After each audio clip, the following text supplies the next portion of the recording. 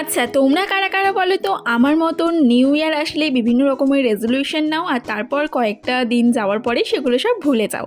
আমিও কিন্তু তোমাদের মধ্যেই পড়ি। তো এই বছরে আমি নিজেকে নিজে কয়েকটা চ্যালেঞ্জ করেছিলাম, কালকের ভিডিওতেও সেটা বলেছি।